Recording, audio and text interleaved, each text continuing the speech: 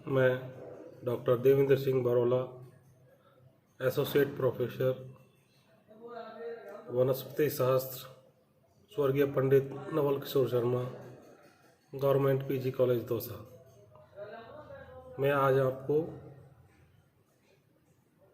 तापक्रम का किस प्रकार वनस्पति के ऊपर प्रभाव पड़ता है के बारे में बताऊंगा।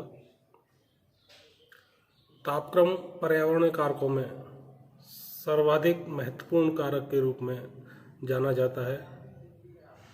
वायुमंडलीय नमी एवं तापक्रम पृथ्वी पर पाए जाने वाले विभिन्न पेड़ पौधों के वितरण को प्रभावित करते हैं। वास्तव में तापक्रम ऊष्मा या गर्मी को अभिव्यक्त करता है। ऊष्मा एक प्रकार की ऊर्जा है जो हमें पृथ्वी पर सूर्य की किरणों से प्राप्त होती है। किसी भी स्थान के वायुमंडल का तापमान दिन और रात तथा ऋतुओं के अनुसार परिवर्तित होता रहता है। मरुस्थलों में दिन रात के तापमान में काफ़ी अंतर पाया जाता है। ताप का प्रभाव पौधों को या पौधों की संरचना, जैविक क्रियाओं तथा इसके भौगोलिक वितरण पर परिलक्षित होता है। तापक्रम के एक निश्चित परास में ही सजीवों की वृद्धि एवं इनका जीवन यापन संभव हो पाता है। विभिन्न प्रकार के पादप सामान्यतः 0 डिग्री सेंटीग्रेड से 52 डिग्री सेंटीग्रेड तापक्रम तक जीवित रहने की क्षमता रखते हैं।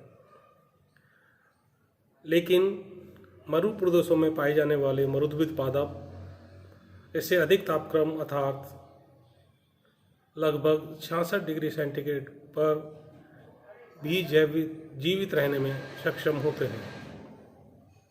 अति उच्च या अति न्यून तापक्रम पर पौधे या तो प्रसुप्तावस्था में रहते हैं या फिर उनकी मृत्यु हो जाती है। तापक्रम के एक निश्चित परास में ही पौधों की वृद्धि एवं इनका सामान्य जीवन यापन संभव है।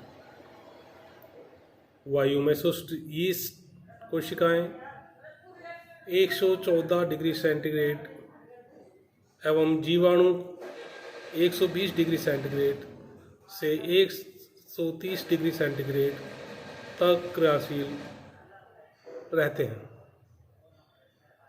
अत्यंत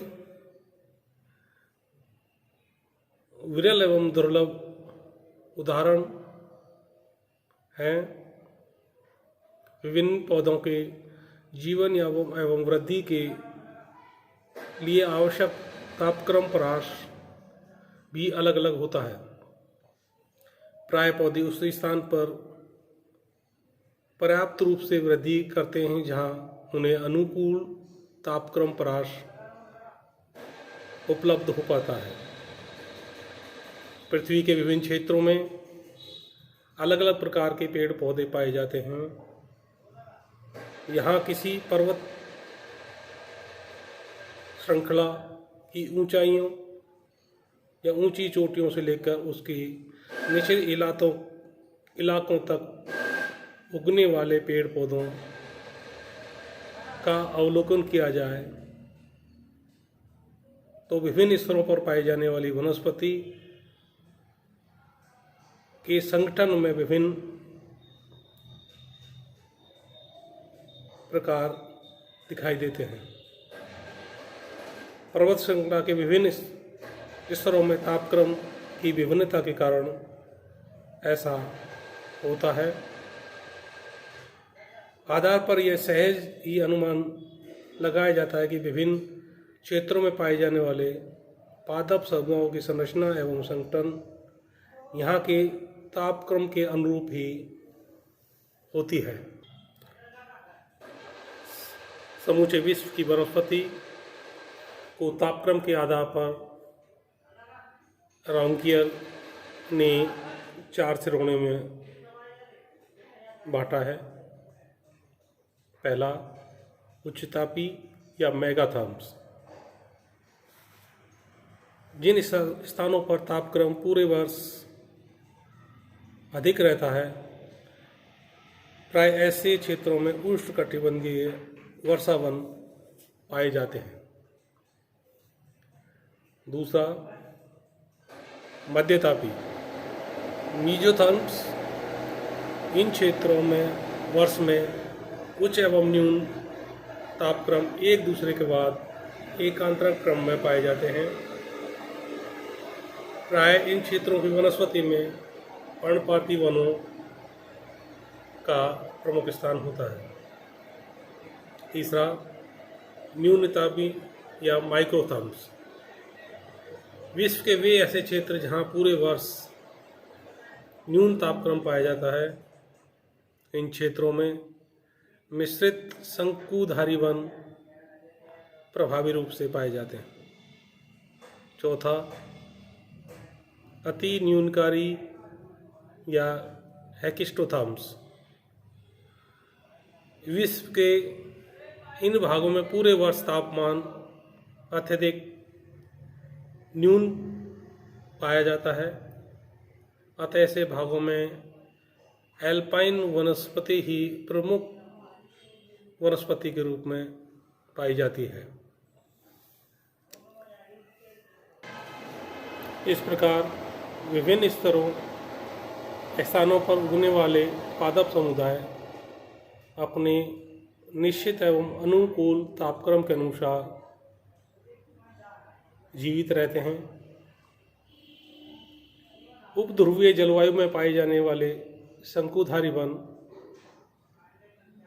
80 डिग्री फ़ारेनहाइट तक एवं मरुप्रदेशों की शुष्क जलवायु में उगने वाले मरुद्भिदीय पौधे 140 डिग्री फ़ारेनहाइट तक के तापक्रम में जीवन यापन करने में सक्षम होते हैं। विभिन्न पादप प्रजातियों के सदस्यों की तापक्रम सहनशीलता अलग अलग होती है। प्रत्येक पादप समुदाय में जैविक क्रियाओं के संचालन, वृद्धि एवं इनके विकास के लिए तापक्रम की न्यूनतम, उच्चतम एवं अनुकूलतम सीमाएं होती हैं। अनुकूलतम तापक्रम, यह तापक्रम जिस पर वृद्धि के लिए आवश्यक जैविक क्रियाएं अधिकतम स्तर पर संचालित होती हैं। न्यूनतम तापक्रम, वह तापक्रम जिस पर जैविक क्रियाएं अपने सबसे कम या न्यूनतम स्तर पर होती हैं।